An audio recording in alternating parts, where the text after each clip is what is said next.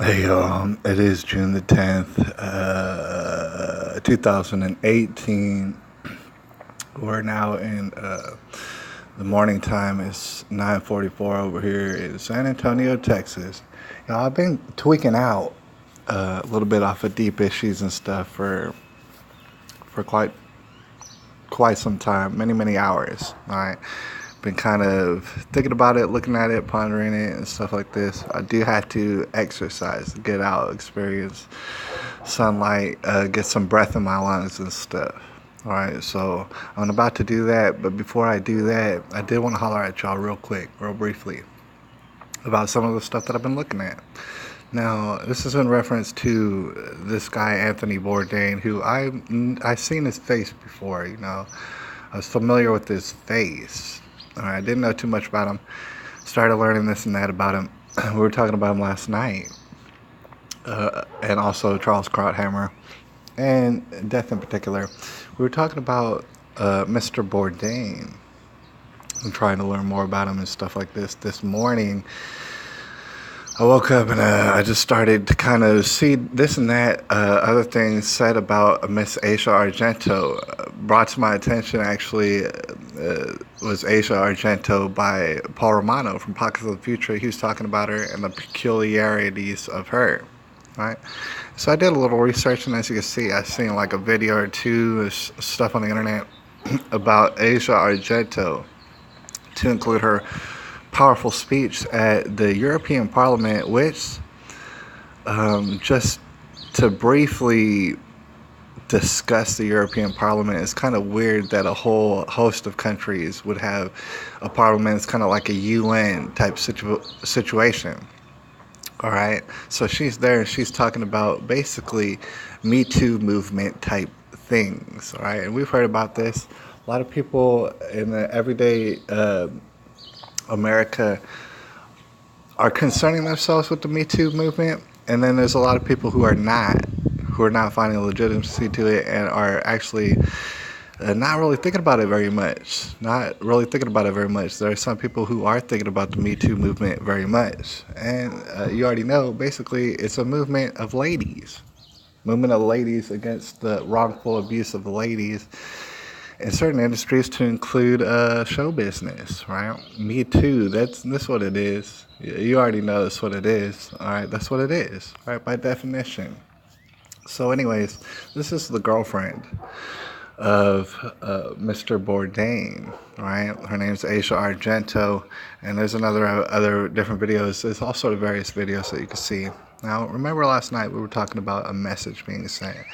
I'm not implicating anybody in any sort of foul play or anything like this. I'm just saying it would be considerable to think that perhaps a message was being sent to somebody. It's a very weird, but it's becoming a more familiar way to die, especially for celebrity hanging themselves. You can buy a doorknob, and just weird is very weird. Who would think to do it? It seems more reasonable that it would be a message. Meanwhile, people, I mean, with suicides and stuff, technically, people aren't so quick to jump to conclusions as they are in these particular situations. So we were discussing that, and I was looking over some of Asia Argento's stuff. Now, for a weird, peculiar reason, on her Instagram, there was put a picture, and you've probably seen it, or you might have seen it. Go ahead and look into it. That was immediately like deleted. But anyways, there was an Instagram picture, and you'll note that this lady, she's very much into taking pictures and things of this nature. You would say she's a model. All right, so she took a picture that happened to have a particular message on it, and I think that was quite important. For whatever reason, at that particular time, there were definitely people sending messages for whatever reason, and I'm not implicating anybody in anything more nefarious than just simply sending messages. It seems as though that was happening. Now, some of the details that I want to share with y'all is that Asia Argento, she's actually one of the people who came out against Harvey Weinstein recently. For those of us who haven't really been keeping up with it all too closely, she's one of the ladies, all right? She's an actress, she's in showbiz and things of this nature, right? And in fact, in front of the European Parliament, that's what she was talking about the most. She's been talking about it. She's been speaking out about it, talking specifically about how women are manipulated in this industry to the point where it's unacceptable. All right, this is the Me Too movement. But I want to suggest to you that whether or not they know it or not, the people in the Me Too movement, they're distracting actually from the larger problem. And in fact, they're describing the problem inaccurately. They're saying what it is men in this industry who are dominating the industry. They've been dominating it. They invented it. They rule over it, and so therefore they're perpetrating on people who have less power, which of course would be the women. All right, they have sexual designs on the women and stuff, and so therefore they take advantage of it. All right, this is the Me Too movement, right? But the thing is, like I said, it's inaccurate and it's drawing attention away from the larger problem, and that is in this particular industry, predators, regardless of your gender, are going after and hunting down prey, regardless of their gender. Believe it or not. Believe it or not, you guys. All right, I want to go so far as to say children are being harmed by this. All right, and I think we are sitting on a mountain of evidence that is true. All right, and they've always been harmed by this. All right, but not only that, when you consider such people as, for example, Terry Crews or Brendan Fraser, for that matter, that I just heard about recently. Brendan Fraser has been taken advantage of by very powerful people. Now you can imagine this took place with Brendan Fraser during his heyday. All right, when he was really making that money. He was really making that money, and there was a point where Brendan Fraser was in some movies. He was making that money. You have to agree, all right?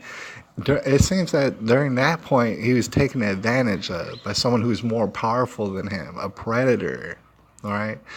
You might notice that Brendan Fraser is not a lady. Right, you don't have Rose McGowan's talking too much about a Brendan Fraser or a Terry Crews or something like that.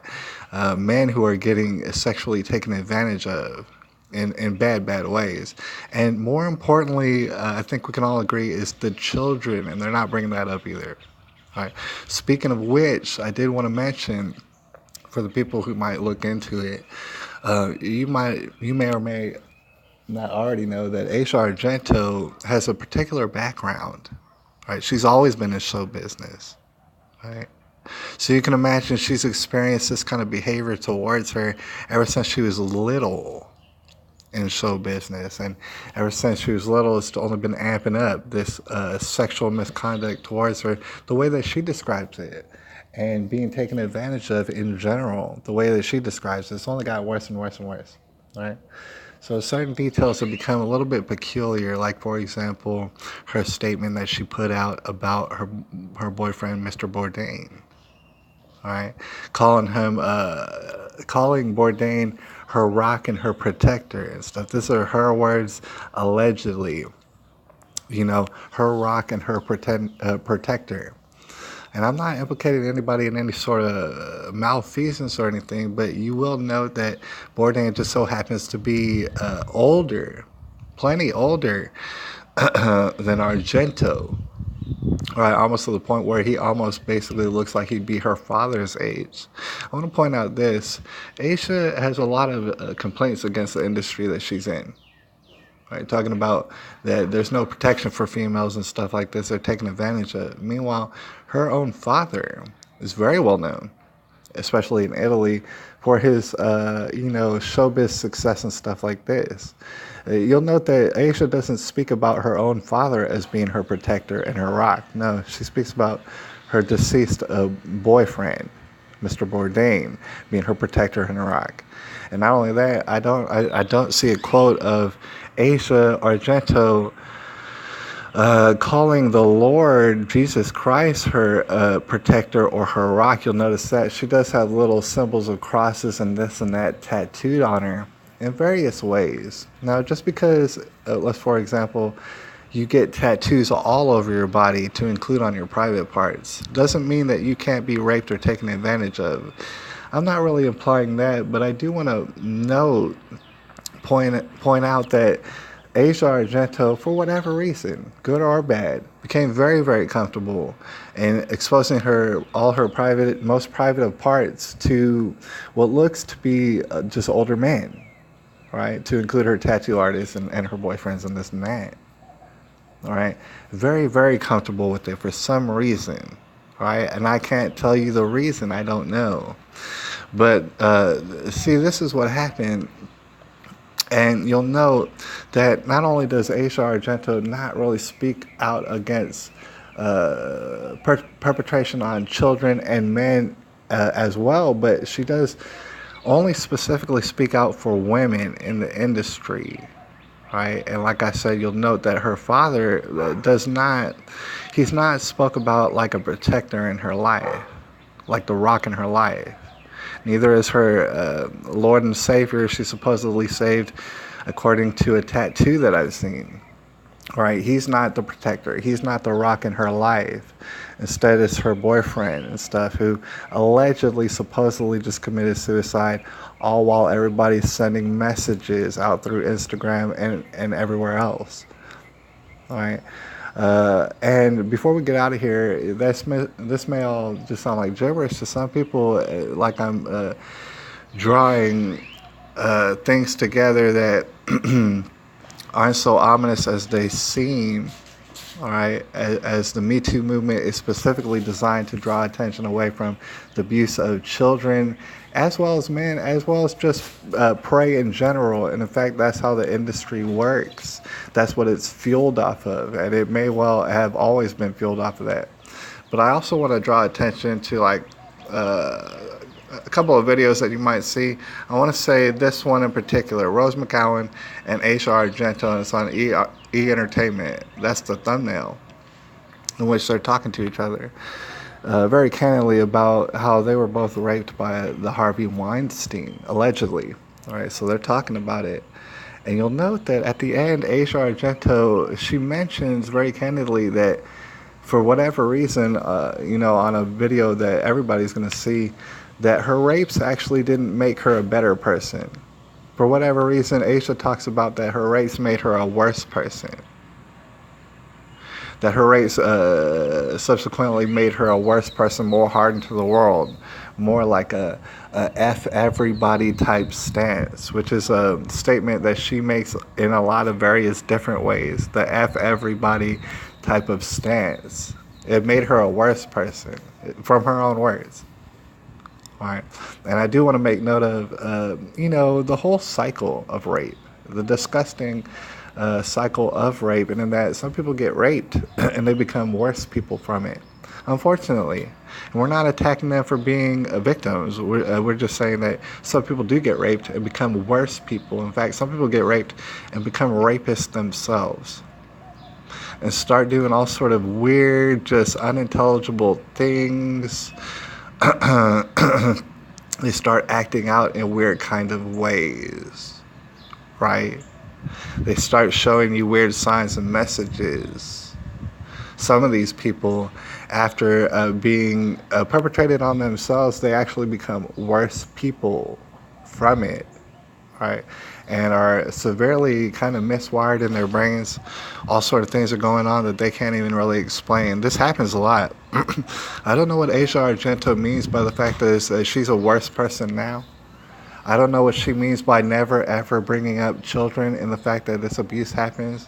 I don't know what she means by not really regarding her father as any sort of protector, even though he introduced her into this industry, even though he's kind of weird and creepy in and of himself, and even though he's known for being a director of super cool slasher films, which always as a rule, take advantage of young women and pretty much expose them all sort of nudity and this and that and just shocking imagery. That's her father who done that. She has nowhere to run, man. She said she's beyond devastated in her Twitter, I believe were her words. All right. Couldn't blame her because I don't know where she'd run. I don't know who she would talk to necessarily, right, about her whole situation. But it is interesting how it draws attention away from the real situation that people in Hollywood seem to not want to speak about. Anyways, I'll holler at y'all later. It's June the 10th, 2019.